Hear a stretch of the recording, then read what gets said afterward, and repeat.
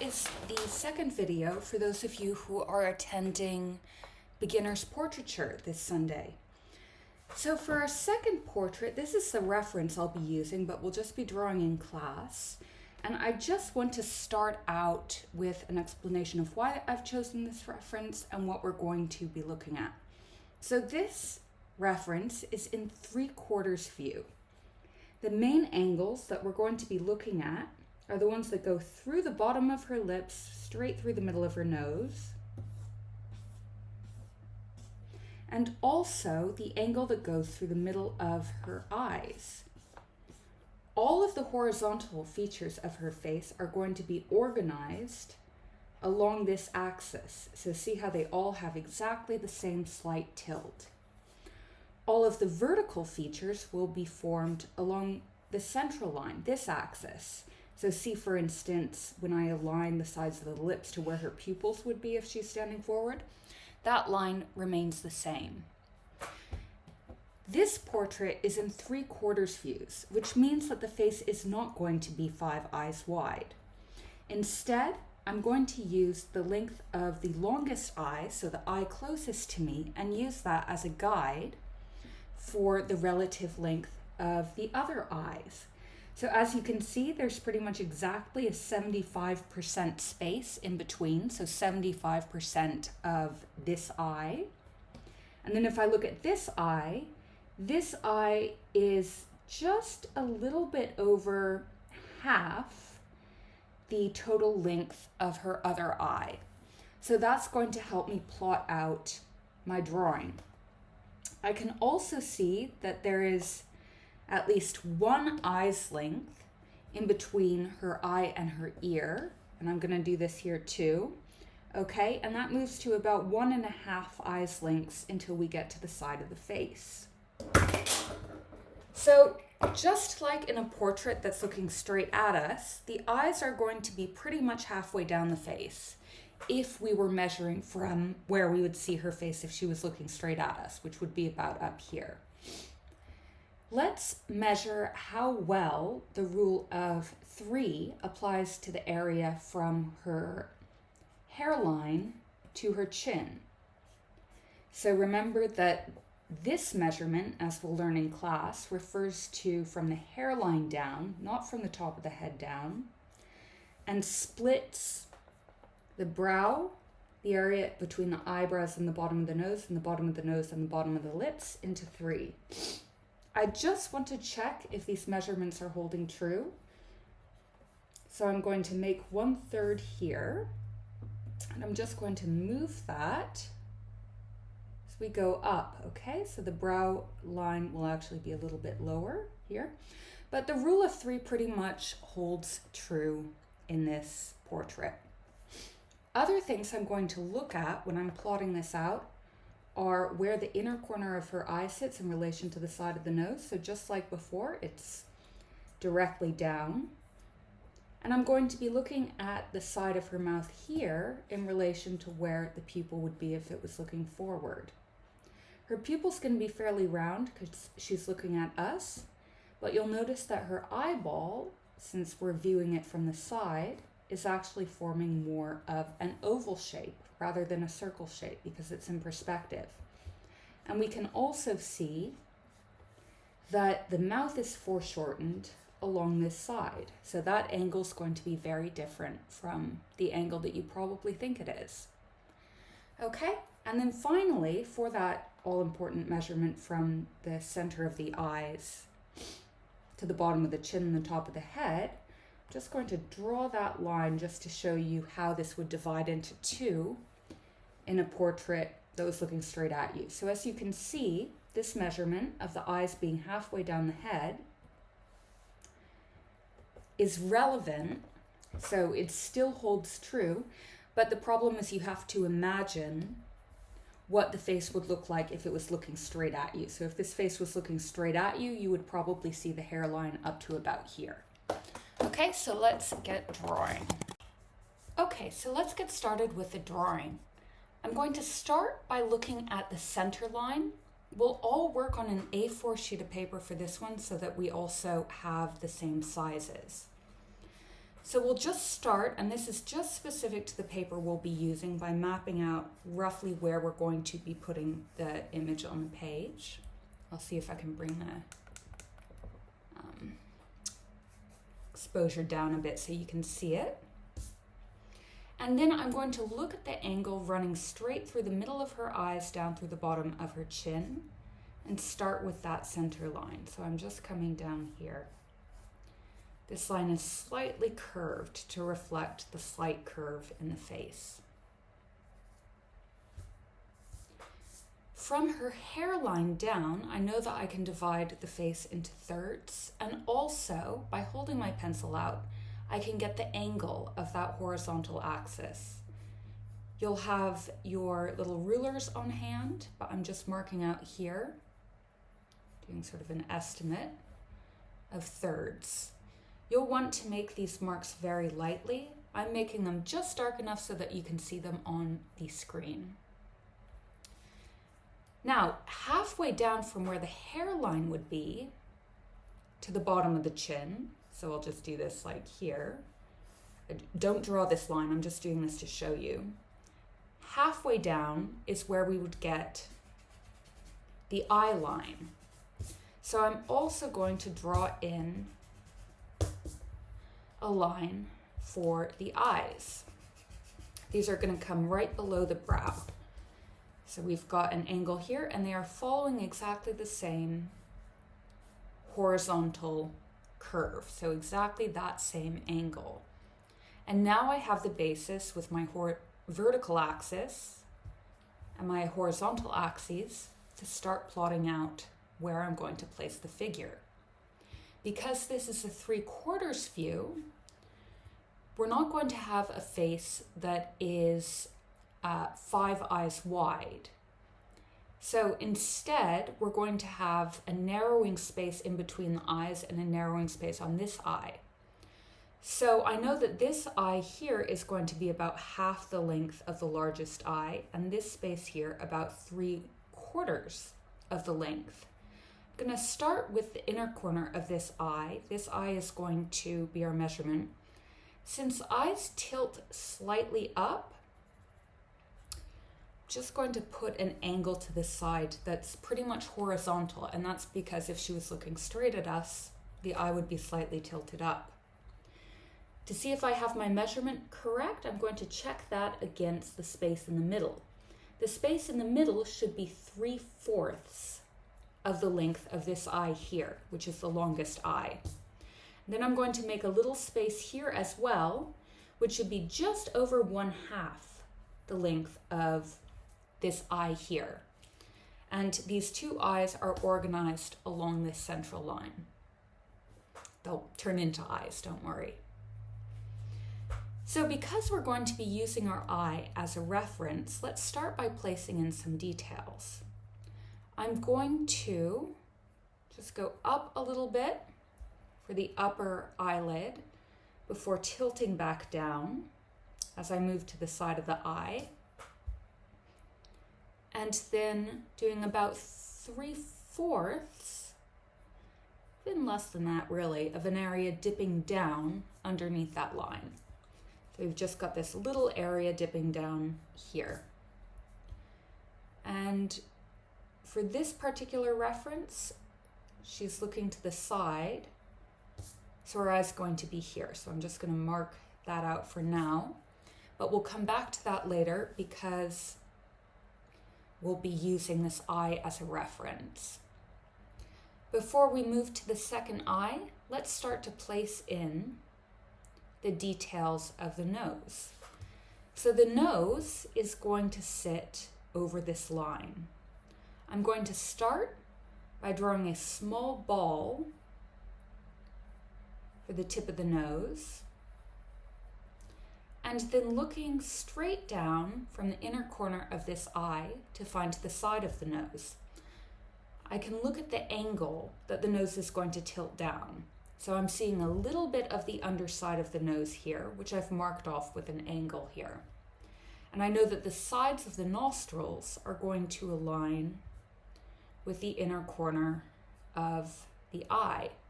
So I'm just mapping that out now.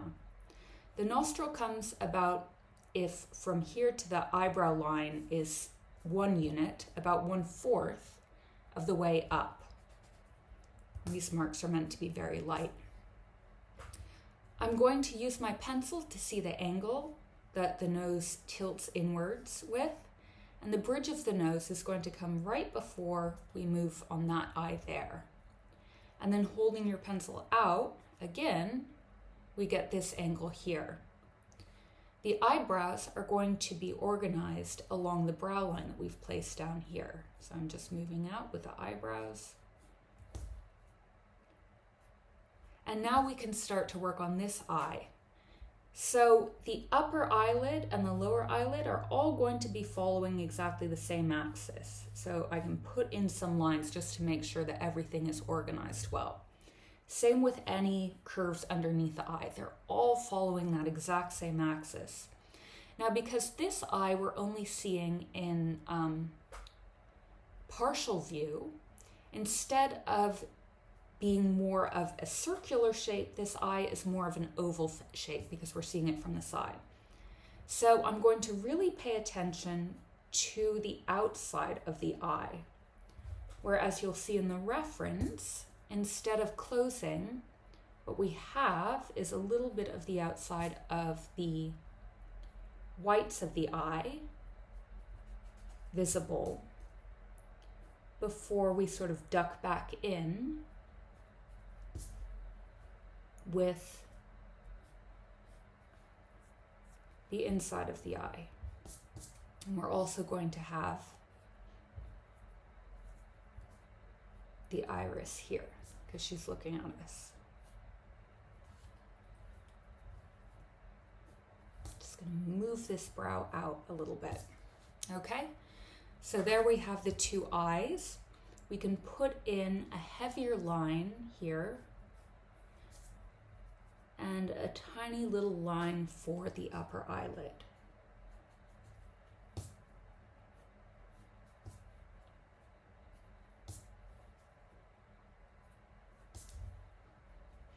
And then here, I'm going to put in the marks for the upper eyelid.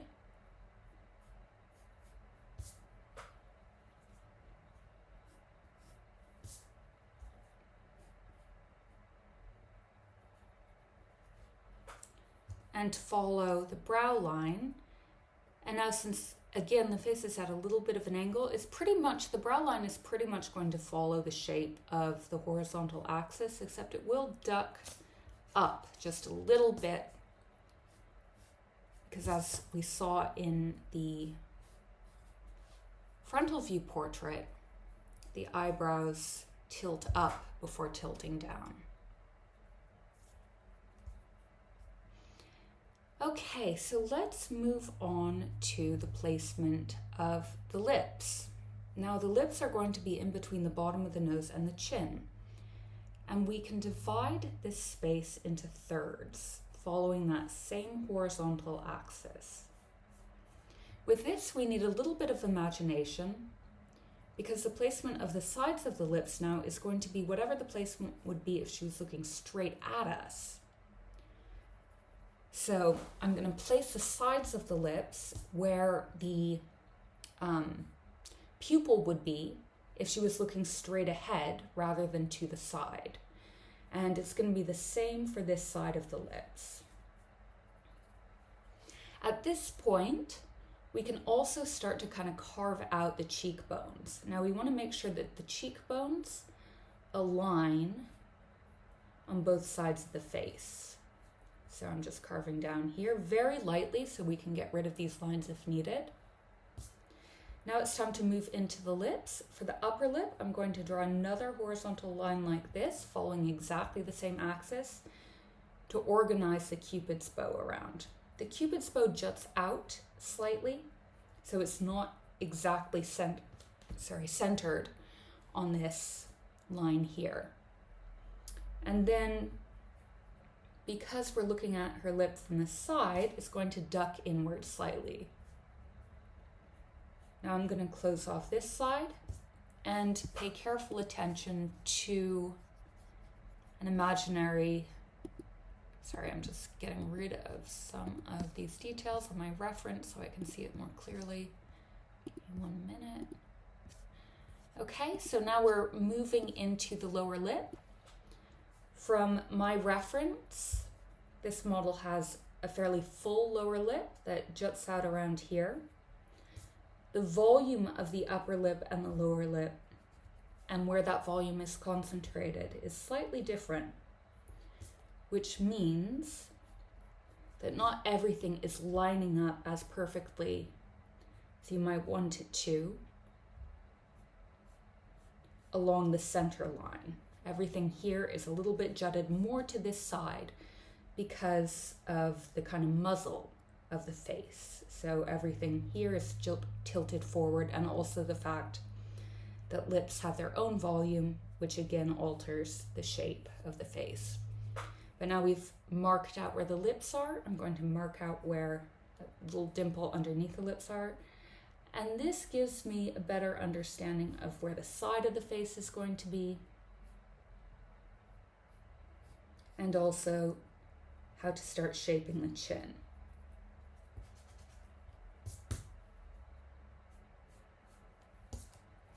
Okay, so now we want to think about the rest of the face.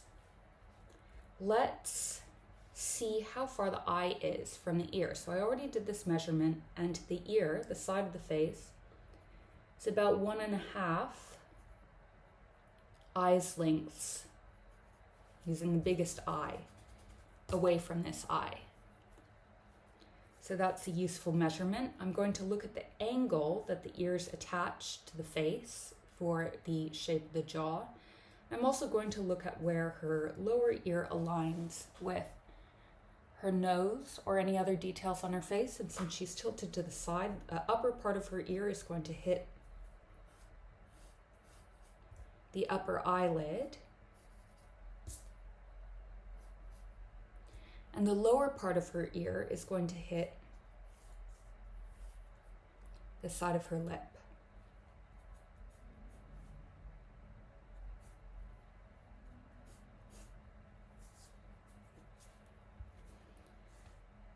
And then coming back to the cheekbones, so as mentioned, we want the cheekbones to align. So imagine that we have 2 balls for the cheekbones. They need to have the tops following, again, that horizontal axis coming across.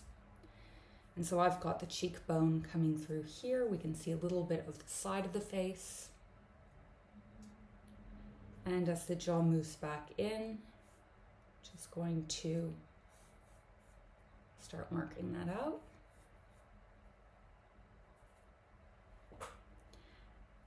And now moving into the neck, the hair, and some shading. It's usually easy to find the neck just by looking at the relation to the ear. And for ears, I recommend looking for shapes that look like C's, Y's, and question marks. So a little Y here, another C there. Okay, now moving into the hairline. So I can see that from the eyebrow up, I've already marked out about how tall the head is. And after mapping out her forehead, I'm just going to follow the angle of the head to get to the top. So I have a general idea of what the widest point is. If I look from the eyebrows to the top, the face is going to be divided in 2 from about kind of in between the eyebrow and the eye to the chin, then to the highest point. So I know that's fairly correct. And let's get the hair. And then I'm looking at the negative space on the side of the face. It looks like this might come off the page a little bit.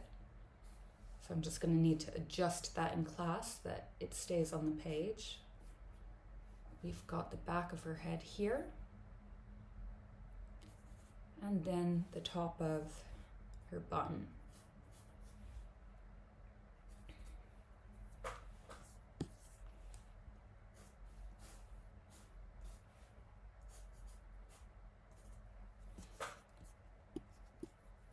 So now that we have sort of the, oh, and I'm gonna, because she's parting her hair down the middle, the part's gonna come right here.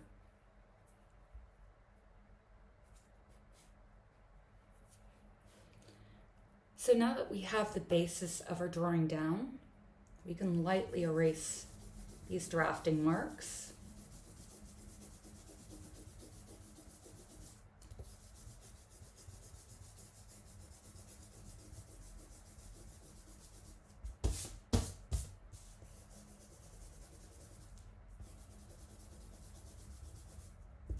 Oh, that is very streaky.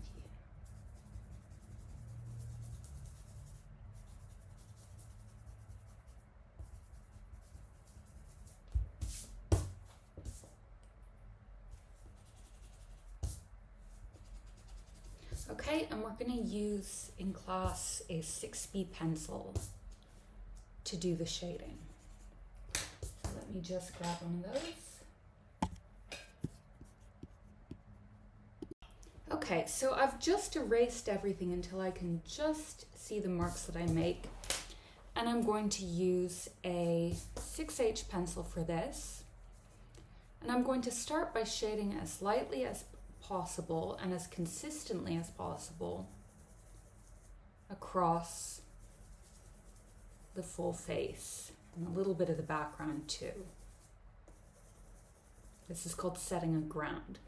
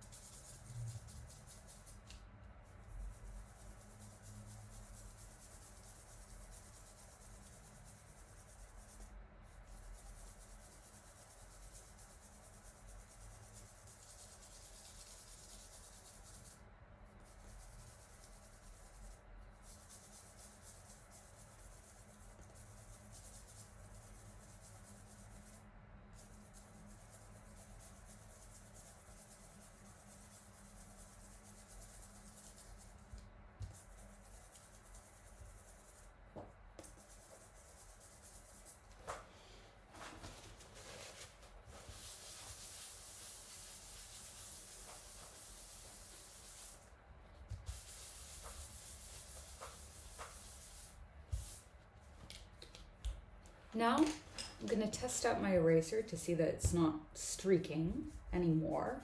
And if you have a good eraser, I'm going to lift out the highlights. So I'm just lifting out some light areas along her cheekbones.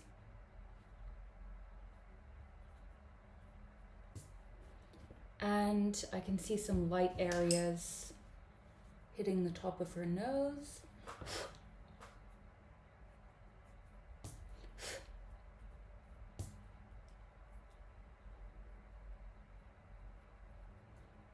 I'm using this technique for this particular reference because it doesn't have a lot of natural contrast.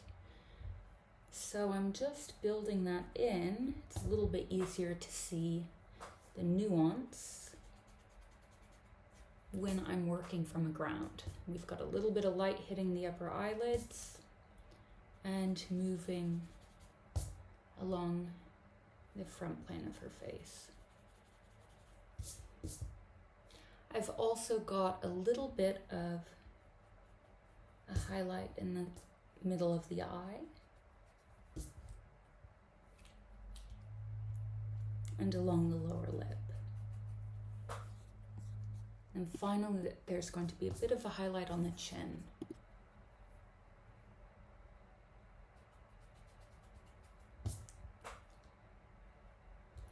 I'm now going to build in detail,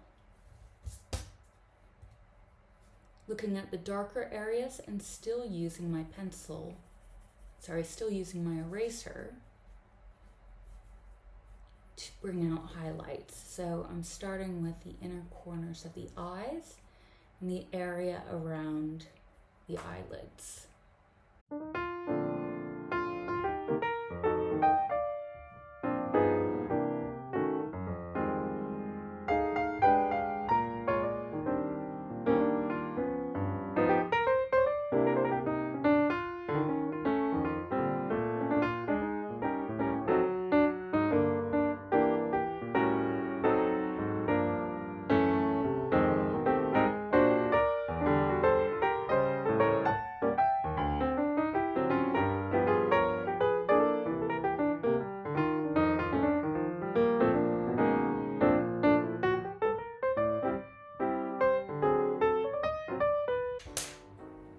Okay, and we'll leave it there. So there we have it, our 3/4 view portrait using the laying a ground method. So hope this was helpful.